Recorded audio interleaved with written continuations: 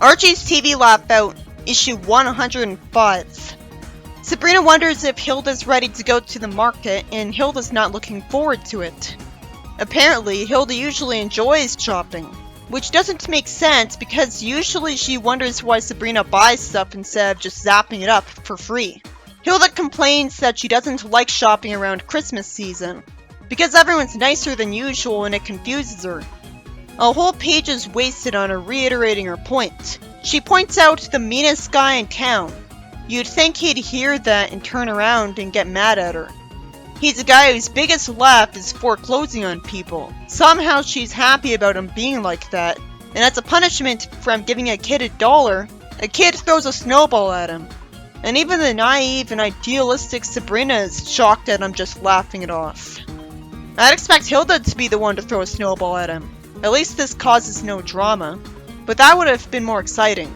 Hilda says she likes consistency, and the comic shows no self-awareness because Hilda says you don't see her being evil one minute and an angel the next. Actually, we do, all the time. She does have a soft side, and that's the whole reason I like her instead of hate her. And a pleasant surprise, even in this story she shows compassion, because when she bumps into a kid and he cries from dropping his ice cream cone too easily, she casts a spell to fix her mistake. And the story ends with her blaming Christmas for making her do it when she would have done that at any time because he's a kid. This story went on for too long about the fact that Christmas season makes people nicer and Hilda somehow disapproves of it. We've known that for some time. Hilda saves a kid's ice cream cone after she makes him drop it by accident. I liked that the comic showed awareness of the fact that Hilda isn't always evil because her saying she's always evil made me expect the opposite. Archie 340. Hilda watches TV and says the dancer's doing the Charleston, which reminds her of when she was the queen of the hop. I always like learning more about her past. Ambrose snarks to Sabrina unnecessarily that when she was queen of the hop, they were dancing the minuet. Why does he make fun of her being old by mortal standards when he's probably old too? I assume he's younger than her, but still centuries old. I assume he just makes fun of her age because of how she looks. But that's clearly hypocritical. The story ends with them turned into a frog, and Sabrina amusingly smiles instead of being concerned like I'd expect, while saying, "I think she heard you, Cousin Ambrose." Also, it's weird that the colorist got away with making Hilda's dress lighter blue in some panels than others. Normally I don't comment on art because art speaks for itself, and usually everyone has the same things to say about a comic's art anyways. But here I want to mention it because I much prefer her in a dark blue outfit. So I wish she wore that more often. Archie's Girls 340. Hilda's somehow upset that she forgot to mail out the Christmas cards and it's Christmas Eve, even though she'd know she could warp them to people. And Sabrina has an idea to get their greetings out, and they somehow settle for flying on brooms with banners on them saying Merry Christmas, even though the only people Hilda would mail Christmas cards to would be which members of her family, not people who would live on Earth and see the banners. And mortals would freak out at seeing that, not to mention it's unusual of Hilda to care about Christmas at all. Archie Me 156. Sabrina complains that she has a math exam tomorrow, and Hilda sweetly says she'll make a good luck charm for her. I wonder if she won't pass the test. Zelda says she'll concoct the knowledge brew for Sabrina. They're suggesting a lot of things at once, so I'm guessing she'll refuse their help. Hilda suggests summoning the exam genie. Sabrina's at least polite enough to thank them for the suggestions instead of immediately thrusting herself into a moral lecture about cheating being wrong. After all their entertaining creative suggestions that took advantage of them being witches, they're still impressed that she's gonna study and think it's a brand new way to pass an exam. Why would witches even have school exams if every witch does these things? Jughead 345. Sabrina wonders why her aunts insist on going to the wrestling matches night after night. And Hilda says it's the only place where she can find guys as attractive as witches. But there's been tons of stories before this where the aunts bond over supposedly good-looking guys. So this is a universe where that's not the case. Laugh Comic 394. Hilda happily reminisces about when some silly judges tried to jail her and Zelda for witchcraft back in 1672. At first you'd wonder why they'd be cheerful about something so horrifying. But when you really think about it, these two would have a million different spells to get out of danger, so the soldiers really were being silly if they thought they could do anything to them. Sabrina says that them reminiscing about stuff that happened 300 years ago makes her feel like an outsider. Zelda wonders out of nowhere if she has any close friends at school. First, how is that a logical response to what she said?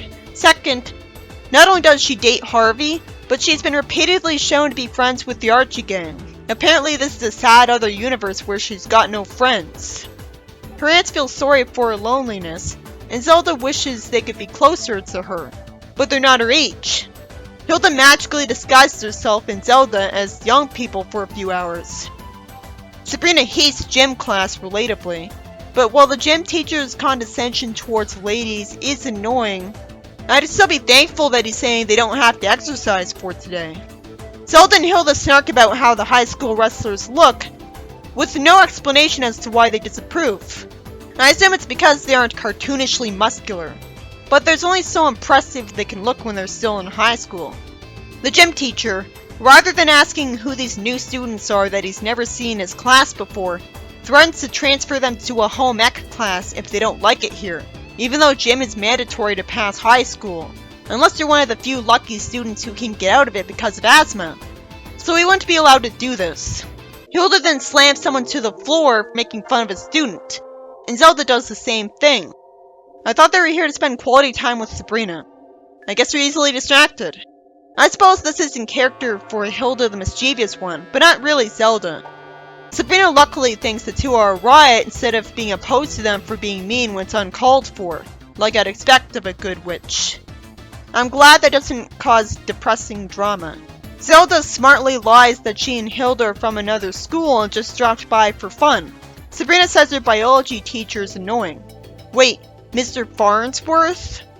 I like that name. He says that the students were supposed to bring in a plant of a creature specimen for this class, or else they'll get an instant F, and wonders where Sabrina's specimen is. When I went to high school, we got grades and percentages. So either this isn't how it was in the 70s, or she should be getting a 0%. But I'm used to it with Archie. Of course she forgot her specimen, and then her aunts show him a hippo out of nowhere. We see the principal say he heard about 3 of them disrupting Farnsworth's class, and he wants to give the 3 of them detention. Hippos are really dangerous. Sabrina's conveniently still happy even though she's in detention with nothing to do. She says she liked the look on his face, and she's never laughed so much in her life. The bitch supervising them says there's no talking in detention, because if it was a place for socializing, it would be even less of an actual punishment. So Zelda uses magic to change Zelda and Hilda's desks into an electric signboard with a message on it, rather than the 3 of them just switching to talking with telepathy. Instead, they don't even try to hide the fact that they're witches. So it's too bad we don't see another panel in detention. Sabrina's seen out in the grass and says that the 2 of them made her day. She's really impressively optimistic. I'd never imagine her to appreciate being made to laugh at her teacher so much that she'd think it was worth being given a detention when she's a goody-goody. She says she can't remember when she had so much fun and tells them she'll have to get together again. Too bad it's an episodic series, so this will never happen again. Although they do cause trouble, so it is a good thing. The story ends with her thinking of her aunts as stuffy, which is sad and confusing because they'd have acted like this freaking people out with magic a lot in front of her before this point. They would have reminded her of her aunts right after that hippo showed up because they're the only witches she's around constantly. This was a kind of sweet story about Sabrina's aunts magically becoming younger to bond with Sabrina at school because their reminiscing about the old days makes her feel like an outsider. Impressively, they never proceed to do that even when younger like I thought. And instead it all works out. They smartly lie that they're visiting from another school and they cause trouble. And confusingly, Sabrina's fine with them bullying the wrestlers despite normally being a goody-goody, and laughs at them summoning a hippo to her class because she hates her teacher, even though you'd think she'd be miserable at getting detention. But if she was, it'd be too depressing. Instead she brushes it off and is just glad that they made her day. While it is out of character, it's a lot better than the story taking itself seriously and making it look like what they did wasn't worth it. Archie 341. Ambrose says Sabrina has a tough math test coming up. Again. Her family cares enough to be worried about her and so offer a good luck charm again, a magic elixir, and incantations just to get turned down. Who's the woman with the incantations? That was random, and magic elixir is redundant. Hilda's confused that Sabrina's preparing for the test by simply studying. This story seems really familiar to me, but I haven't reviewed it before, and the pink-haired woman gave it away. It's definitely really similar to a different page, so it's a good thing there's some differences. But they're still really superficial, making this a redundant story. Betty Me 151. Hilda acts out of character by actually caring that she embarrasses Sabrina with her witch costume and deciding along with Zelda to dress like young people. Sabrina hates it because they're trying too hard to look cool, but really it's only Zelda who looks bad. So Sabrina tells them to go back to their witch outfits to their disappointment. This is just a really sped up version of a laugh comic story from later, which in retrospect makes me wonder why she didn't tell them the truth right away. Archie at Riverdale High 109. Sabrina says Hilda should do something about her hair without making it clear what she means, which would have helped. Hilda says there's nothing wrong with her, and then some young kids with strange hairdos compliment her hair, which caused her to agree with Sabrina. But all Hilda does is have long hair that's messy at the top. That's nothing strange compared to what they've got going on. Betty's Diary 2. Hilda tells Sabrina that she and Zelda only shop for clothes at the best store in town, and they go into the Halloween costume shop. Then how do they find witch costumes that aren't black? Sabrina should have known, but she was just assuming that she was talking about what stores she buys clothes for Sabrina at. Jughead 346. Sabrina naturally thinks it's boring to shop for witches' clothes because the outfits are always the same color. This is forced because Hilda and Zelda and even other witches have had tons of different colors for their outfits. And Hilda usually wears a blue outfit, but here she's suddenly in a black outfit just to have the joke look like it makes sense. She even says she's wrong because they have different shades of black, but they clearly look the same, so she's just joking. This must be in a parallel universe where all of the witches just wear black, but only brainwashing or Della's tyranny would make that possible.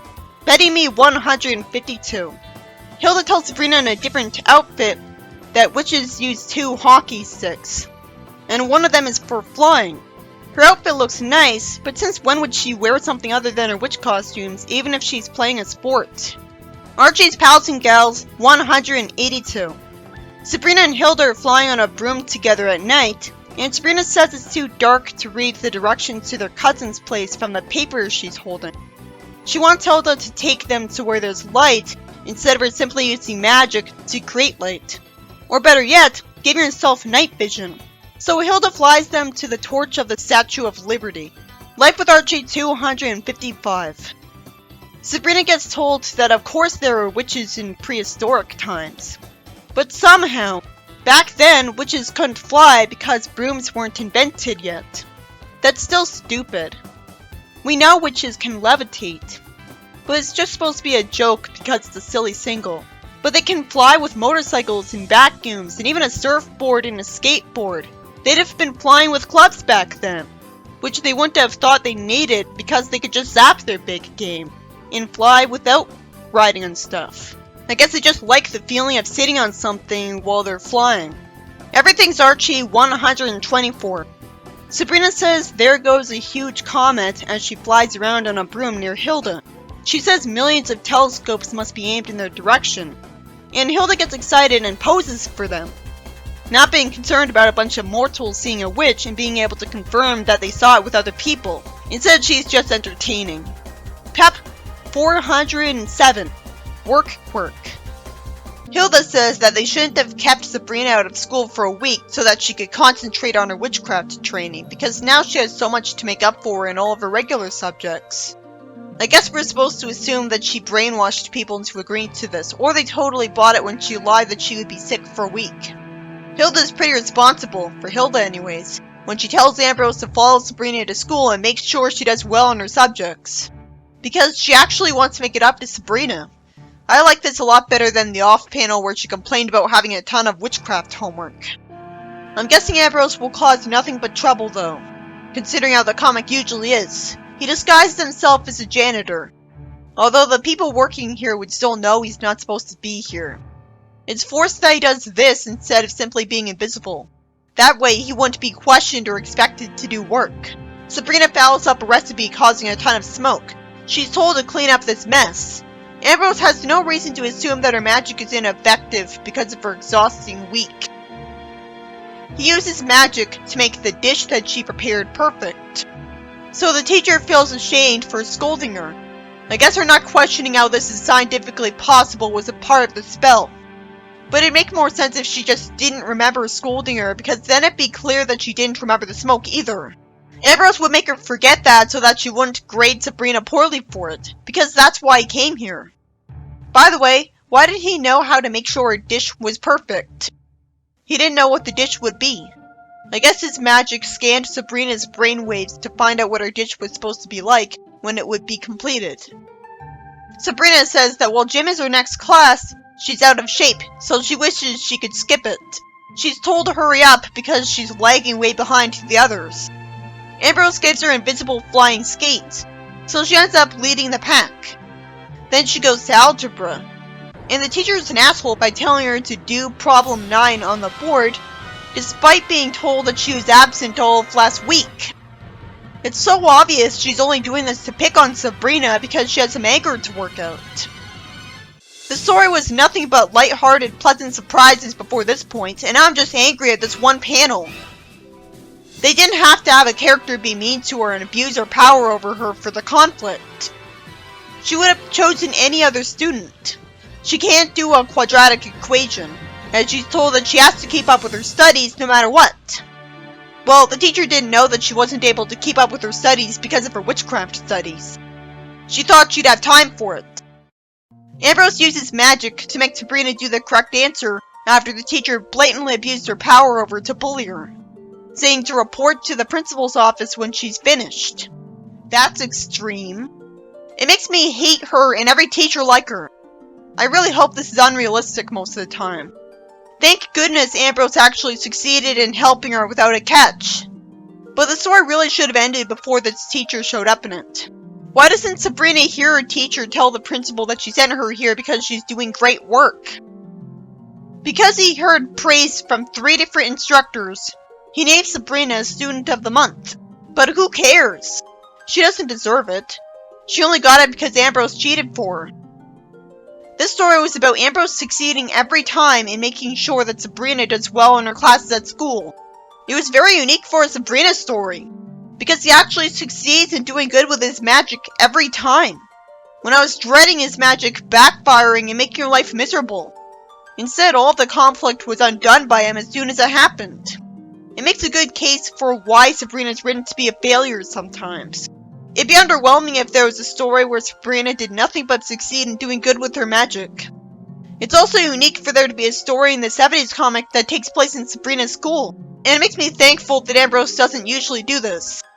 Because she didn't deserve any of the praise because he cheated with his magic. She should be doing well at school on her own merits, because that's what's being judged. But ultimately, I'm just mad at her math teacher for expecting a student who is away all week to do a quadratic equation in front of the entire class. That was such an asshole thing of her to do. It comes off as completely unrealistic. At least she explains that she expected Sabrina to keep up with her studies while she was away, and she didn't know that she was being expected to study witchcraft the whole time. But none of the other teachers did that. It was unforgivable of her to tell her to report to the principal's office. It clearly wasn't her fault that she was away for a week. The only explanation for her behavior is that she wanted an excuse to take out her stress on an innocent student because she had power over her. And teachers like her exist in real life, so I don't want to be reminded of that. She could have tested whether she kept up with her studies in a private way, like by looking at her assignments and seeing how well she was doing, instead of trying to embarrass her in front of the whole class. But that was just one awful scene. The rest of the story was good. But this is why it's so important to have a good ending. There was technically a happy ending, but I don't care because she didn't deserve to be made Student of the Year. Archie 342. Zelda's nice enough to call Hilda and says she might have a blind date for her. Hilda says she'll go out with anyone with a live, warm body. Zelda, standing next to Frankenstein, tells her not to be so finicky. It's new that the Sabrina series treats Frankenstein's monster like a whole species of people. Well, it's new to me, but it's still not creative to have him show up instead of something else because Frankenstein's already been done. Betty's Diary 3. Sabrina tells Salem her cousin will meet her on the beach and she was told she'd recognize her. And she does because she flies in a broom to her. I love that it has a sail on it to bit the beach. Archie Me 158. Sabrina reads from a women's magazine that older men make the best dates and asks Hilda if she dates older men. Hilda says that when you're 300 years old, there's no such thing as an older man. She'd know what she means. Besides, usually 300 is pretty young for a witch, so she could have dated older men from the witch world. Jughead 347. Sabrina wonders what Hilda's gonna do with Salem while they're visiting Transylvania. She wants to take him to a local motel for pets, but for no reason they don't accept cats or dogs. Just because it turns out it's the other realm Transylvania. I wonder if actual Transylvanians were annoyed by these gags.